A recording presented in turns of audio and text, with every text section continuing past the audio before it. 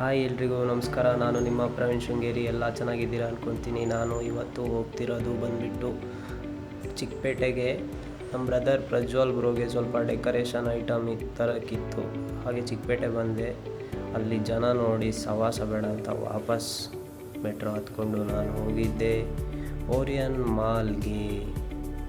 Orion mall ಎಲ್ಲ ಸುತ್ಕೊಂಡು ಸ್ವಲ್ಪ time spend ಮಾಡಿ ಇವತ್ತು ಫುಲ್ ಡಯಟ್ ಚೀಟ್ ಮಾಡಿ ಪಾನಿಪೂರಿ ಎಲ್ಲ ತಿಂದು ಅದಾದಮೇಲೆ ಸ್ಟಾರ್ ಬಕ್ಸ್ಗೆ ಬಂದೆ. ಸ್ಟಾರ್ ಬಕ್ಸಲ್ಲಿ ಒಂದು ಕಾಫಿ ಆರ್ಡರ್ ಮಾಡಿ ಅಲ್ಲಿ ನಮ್ಮ ಫ್ರೆಂಡ್ ಪೋಸಿಂಗ್ ಮಾಡೋ ಒಂದು ಬೈಸೆಪ್ಸ್ ಕಾಣಿಸಲ್ಲ ಮಾರೆ ಅಂತ ಹೇಳಿ ಕಾಫಿ ಕುಡಿದು ನಾನು ಹೋಗಿದ್ದೆ ಡೆಕತ್ಲಾನಿಗೆ. ನನಗೆ ಸ್ವಲ್ಪ ಜಿಮ್ ಔಟ್ಫಿಟ್ ಬೇಕಿತ್ತು. ಕಂಪ್ರೆಷನ್ ಟಿ ಶರ್ಟ್ ಟ್ರೈ ಮಾಡಿದೆ, ಇಷ್ಟ ಆಗಲಿಲ್ಲ.